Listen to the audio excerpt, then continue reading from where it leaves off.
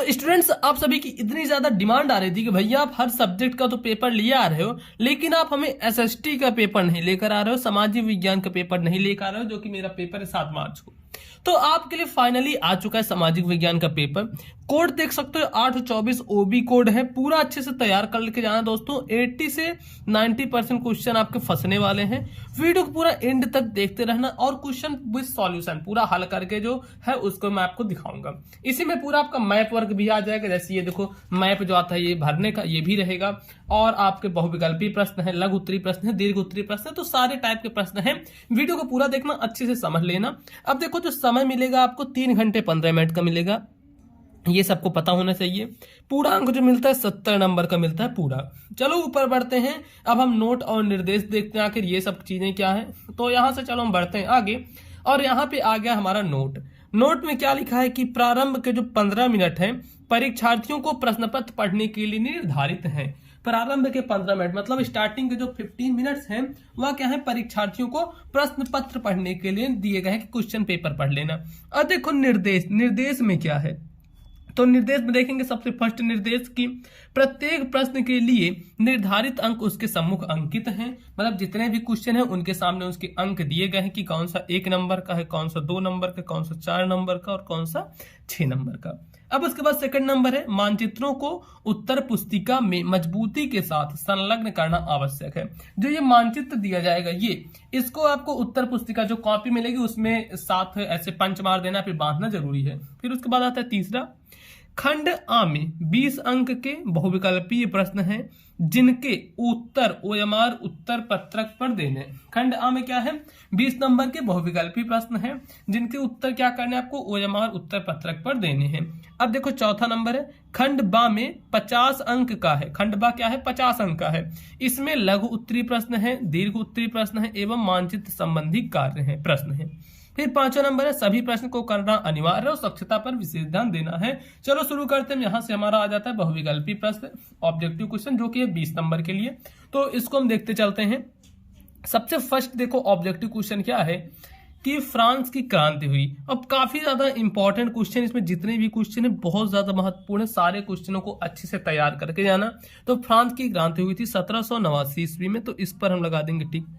अब इसके बाद हमारा आता है सेकंड नंबर क्वेश्चन, स्वराज मेरा जन्मसिद्ध अधिकार है और मैं इसे लेकर रहूंगा। किसका कथन है, या किसने कहा था कि स्वराज मेरा जन्मसिद्ध अधिकार है और इसे मैं लेकर रहूंगा, तो ये कहा था बाल गंगाधर तिलक। तो देखते हैं कहां पर है, ये है ऑप्शन, तो इस पर हम लगा देंगे टिक।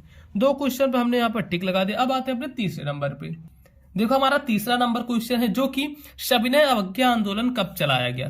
तीसरा नंबर है, सविनय अवज्ञा आंदोलन कब चलाया गया, 1920 में या फिर 1927 में या फिर 1930 या फिर 1935 में। तो सविनय अवज्ञा आंदोलन चलाया गया था 1930 में। सी वाला ऑप्शन बिल्कुल ही राइट हो जाएगा, बिल्कुल ही करेक्ट हो जाएगा कि 1930 में चलाया गया।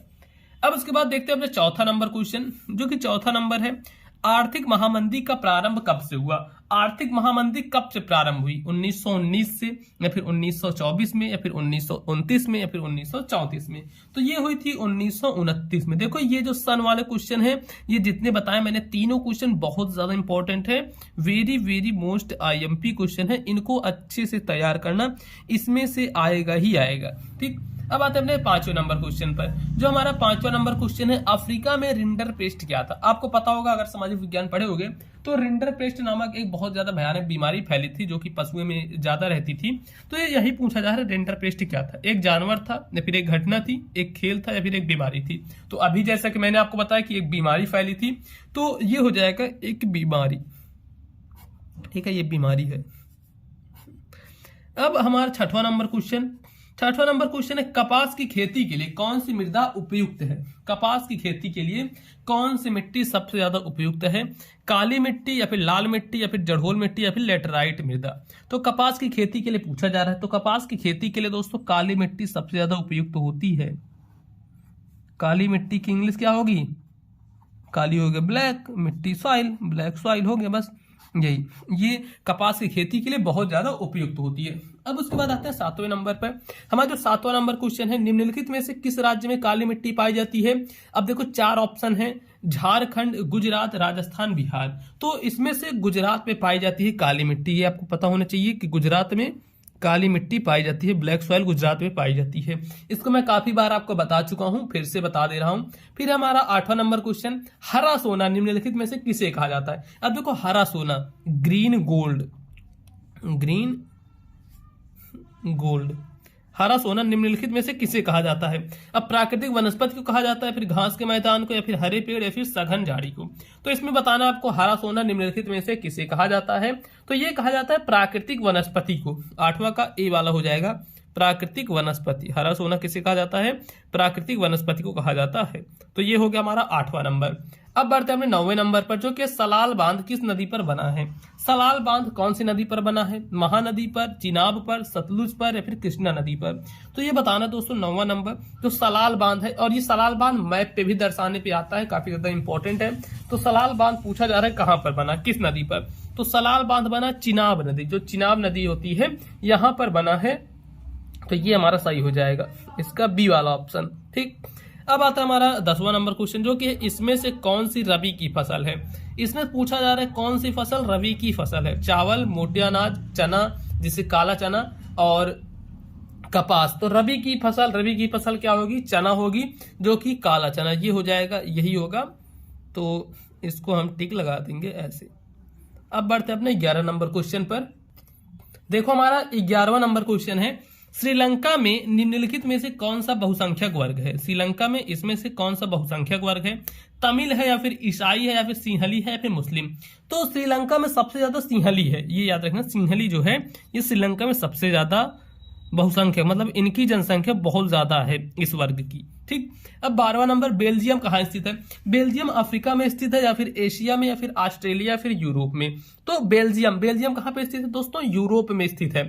हम लगा देंगे बराहमे का डी वाला ऑप्शन बिल्कुल राइट हो जाएगा, बेल्जियम यूरोप में स्थित है। और बता दूं आप लोग वीडियो को लाइक कर दिया करो यार, देखो काफी मेहनत से वीडियो बनाई जाती है, तो वीडियो को लाइक कर दिया करो। 10th की तैयारी कर रहे हो तो 95% का पूरा दावा है आपके पास, भले ही 10 ही दिन बचे हैं, लेकिन हाँ इतनी अच्छी से आपकी तैयारी कराई जाएगी कि आप बिल्कुल 90% तो ला ही लेंगे। 90 नहीं, हाँ 85 से 90%, जो कि अभी तक कुछ नहीं पढ़े हैं, अभी तक जितना पढ़ा रहा हूँ सिर्फ उसे पढ़कर। तो आप लोग चैनल को यार सब्सक्राइब कर लिया करो। अब देखते हैं 13 नंबर क्वेश्चन, जो कि भारत में कुल कितने संघीय राज्य हैं। भारत में कुल कितने संघीय राज्य हैं। 27 है, 28 है, 29 है, 30 है। तो भारत में संघीय राज्य पूछा जा रहा है, तो भारत में संघीय राज्य हो जाएंगे 28। ये वाला बिल्कुल ही राइट हो जाएगा। अब आता हमारा 14 नंबर क्वेश्चन, जो कि है निम्नलिखित में से कौन सा संघीय सूची का विषय है। इसमें से कौन सा संघीय सूची का विषय है। रक्षा, कृषि, व्यापार, या फिर शिक्षा। तो बताओ इसमें से कौन संघीय सूची का विषय होगा। 14 नंबर कौन सा होगा। तो इसमें संघीय सूची का जो विषय है वह होता है रक्षा। ठीक, अब आता हमारा 15वां नंबर क्वेश्चन, निम्नलिखित में से कौन सा राज्य सूची का विषय है। राज्य सूची का, अच्छा यहाँ पर देखो संघीय सूची पूछा गया था, अब यहाँ पे पूछा जा रहा है राज्य सूची का विषय। राज्य सूची का विषय क्या होगा। मुद्रा, बैंकिंग, विदेशी कार्य, या फिर व्यापार। अगर राज्य का पूछा जाए तो व्यापार, जो लेन देन होता है, ये हो जाएगा। ठीक, ट्रेड इसे बोलते हैं, व्यापार। तो ये वाला बिल्कुल ही सही हो जाएगा। अब आता है अपना 16 नंबर क्वेश्चन, जो कि है भारत में यहाँ औरतों के लिए आरक्षण की व्यवस्था है। भारत में यहाँ औरतों के लिए आरक्षण की व्यवस्था है, तो किसमें। लोकसभा में, विधानसभा में, या फिर मंत्रिमंडल में, या फिर पंचायती राज की संस्थाएं में। तो इस देखो जो पंचायती राज की संस्थाएं हैं यहाँ पर भारत में औरतों के लिए आरक्षण की व्यवस्था है। तो ये जो डी वाला हो जाएगा यह बिल्कुल सही हो जाएगा। अब आता है हमारा 17 नंबर क्वेश्चन, जो कि है निम्नलिखित में से कौन सा विकसित देश है। इसमें से विकसित देश पूछा जा रहा है, जो डेवलप्ड कंट्री है वह कौन सा। ब्राजील है, भारत। देखो भारत क्या है, अभी एक विकासशील देश है। बांग्लादेश भी एक विकासशील देश है, मतलब इसमें विकास हो रहा है। ब्राजील में भी हो रहा है, लेकिन जो फ्रांस है वह एक विकसित देश है। तो ये जो सी वाला है यह बिल्कुल ही सही हो जाएगा। अब आते हैं हमने 18 नंबर क्वेश्चन पर, जो कि किसी देश के विकास को निर्धारित करने के लिए, नहीं यहाँ पे देखो किसी देश के विकास को निर्धारित करने के आधार है। किसी देश का अगर विकास हमें निर्धारित करना है तो उसका आधार क्या हो जाएगा। स्वास्थ्य व शिक्षा का स्तर, या फिर प्रति व्यक्ति आय, या फिर व्यक्तियों का साक्षरता स्तर, या फिर उपयुक्त में से सभी। तो इसका जो सही उत्तर होगा, अगर किसी देश को विकास करना है तो उसका स्वास्थ्य व शिक्षा का स्तर सही होना चाहिए, प्रति व्यक्ति आय भी बढ़नी चाहिए, व्यक्तियों का साक्षर होना भी आवश्यक है। अतः यह जो उपयुक्त में से सभी है ये बिल्कुल ही सही हो जाएगा। यह वाला ऑप्शन बिल्कुल सही हो जाएगा, इस पर हम लगा देते हैं ऐसे टिक। तो 18 नंबर क्वेश्चन यहाँ पर हमने आपको बता दिया। अब आता है दोस्तों हमारा 19वां नंबर क्वेश्चन। 19वां नंबर क्वेश्चन है कि सार्वजनिक और ये है 19वां नंबर, सार्वजनिक और निजी क्षेत्र के आधार पर विभाजित है।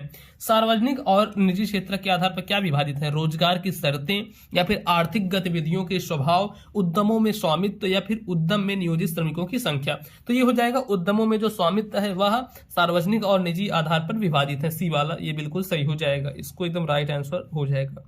अब आते हैं अपने हम 20वें नंबर क्वेश्चन पर। निम्नलिखित में से किसको कृषि क्षेत्र कहा जाता है? इसमें से किसे कृषि क्षेत्र कहा जाता है? प्राथमिक क्षेत्रक को, या फिर द्वितीयक क्षेत्रक को, या फिर तृतीयक क्षेत्रक, या फिर चतुर्थक? तो इसमें से जो प्राथमिक क्षेत्रक होता है उसे कृषि क्षेत्रक कहा जाता है। 20वें का ए वाला ऑप्शन बिल्कुल सही हो जाएगा। प्राथमिक क्षेत्रक जो होता है इसे हम कृषि क्षेत्रक कहते हैं। तो ये देखो दोस्तों, आपके 20 नंबर के जो बहुविकल्पी प्रश्न आते हैं 20 मार्क के ऑब्जेक्टिव, वह बिल्कुल ही हो जाते हैं सही। आपको पूरे बता दिया, अच्छे से तैयार करना। अब हम बढ़ेंगे अपने खंड बा पर, जो कि खंड बा आता है वर्णनात्मक प्रश्न, और ये कितने नंबर का पूछा जाता है? 50 नंबर का पूछा जाता है। अब 20 नंबर का बहुविकल्पी आता है 50 नंबर का, 70 नंबर हो गया, 30 नंबर स्कूल से मिलता है, मतलब 100 नंबर टोटल आपका कंप्लीट हो जाता है। उससे पहले दोस्तों आपको बता दूं कि बचे हुए एकदम कम समय में पढ़कर, अगर आपका सपना है चलो 80% लाना है, 90% लाना है, 95% लाना है, तो मैं आपके लिए कोर्स ला चुका हूं। ये देख लो दोस्तों, यहाँ पर है। चाहो तो आप मोबाइल पर स्कूल ऐप डाउनलोड कर लो, नहीं तो डिस्क्रिप्शन बॉक्स में लिंक है, डायरेक्ट कोर्स लिंक है, उस पर क्लिक करके डायरेक्ट वहां से कोर्स भी परचेज कर सकते हो। और सबसे सस्ता पूरी यूपी बोर्ड में कोर्स है, और इसमें सबसे बेस्ट तैयारी आपकी कराई जा रही है। तो जल्दी से परचेज करें। और हाँ, कहीं भी आपको दिक्कत आती है, चाहे पढ़ाई से रिलेटेड चाहे जो, तो इंस्टाग्राम पे सर्च कर सकते हो पीयूष मौर्य 1001, ये मेरी आईडी है, आपको मिल जाएगी। यहाँ पर मुझे मैसेज वगैरह कर सकते हो। ठीक, बस अब आगे बढ़ते हैं। ये आ गया हमारा खंड ब वर्णनात्मक प्रश्न, जिसमें सबसे पहले आता है लघु उत्तरीय प्रश्न। अब लघु उत्तरीय प्रश्न 4 नंबर के लिए पूछा जाता है, जिसमें सबसे पहला क्वेश्चन है भारतीय लोकतंत्र की 2 विशेषताएं लिखिए। अब अगर ये नहीं आता तो अथवा में करके दिया गया है। अब अथवा में क्या है कि जर्मनी का एकीकरण कब और कैसे हुआ? जर्मनी का एकीकरण कब और कैसे हुआ? अब इसके बाद देखो सेकंड नंबर आ जाता है भारत की विधायिका। इन दोनों में से कोई भी एक करना है, 4 नंबर के लिए है, दोनों नहीं करना है, दोनों में से कोई एक।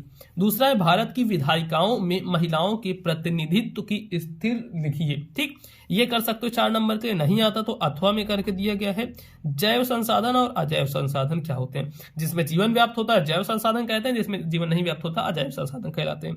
ये 2 नंबर का, ये 2 नंबर, दोनों मिला के 4 नंबर का है। अब आते हैं तीसरे नंबर क्वेश्चन पर। जो हमारा तीसरा नंबर क्वेश्चन है वो है मुद्रण संस्कृति ने भारतीय राष्ट्रवाद के विकास में क्या मदद की? मुद्रण संस्कृति ने भारतीय राष्ट्रवाद के विकास में क्या मदद की, ये वाला। ये फिर अथवा में करके दिया गया है कि गुटनबर्ग कौन था, वह क्यों प्रसिद्ध था? गुटनबर्ग कौन था, वह क्यों प्रसिद्ध था?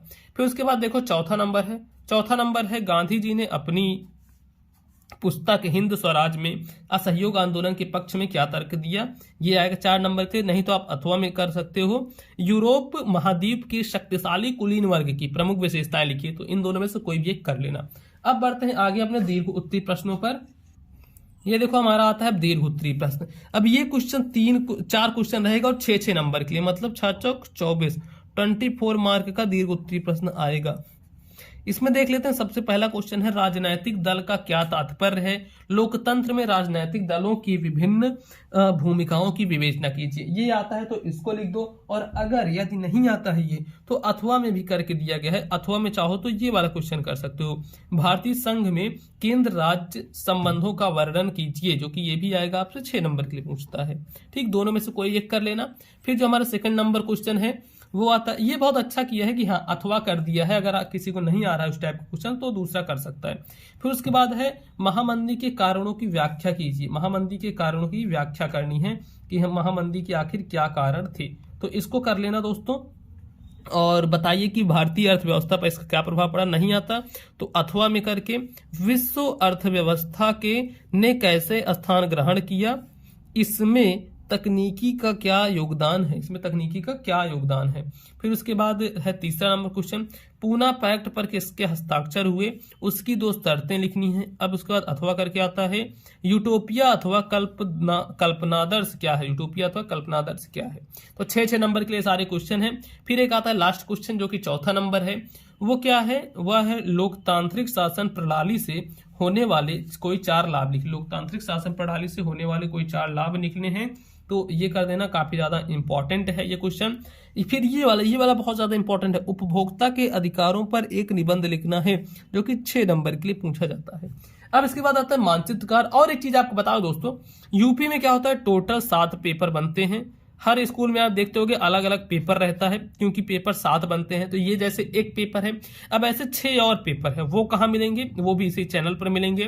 तो क्या करना, प्लेलिस्ट में जाना, जो प्लेलिस्ट बनी है वहां पर आपको सारे पेपर दिख जाएंगे, कुछ नहीं डाले गए होंगे तो वो आ जाएंगे। और चैनल को सब्सक्राइब कर लेना, ठीक है, चैनल को सब्सक्राइब कर लोगे तो आपको दिख जाएंगे और वहां से आप पढ़ सकते हैं। उसके बाद आते हैं मानचित्र कार्य पर। अब देखो, हम मानचित्र कार्य आता है, ये है मानचित्र कार्य, जो कि 10 नंबर का पूछा जाता है बोर्ड एग्जाम में। और जिसका फर्स्ट वाला है, निम्नलिखित स्थानों को दिए गए विश्व के रेखा मानचित्र में इस चिन्ह द्वारा दर्शाना है, और सही नाम तथा सही अंकन के लिए आधा आधा अंक निर्धारित है। मतलब एक क्वेश्चन करने के लिए 1 नंबर मिलेगा, जैसे 1 नंबर आधा नंबर मिलेगा, क्वेश्चन करने के लिए आधा नंबर मिलेगा, ये इसमें मैप में भरने के लिए। तो मानचित्र भरना मैं आपको बताया हूँ, क्वेश्चन वगैरह देख सकते हो, मानचित्र भरना मैं पूरा बताया हूँ, वहां से आप डायरेक्ट भर लेना।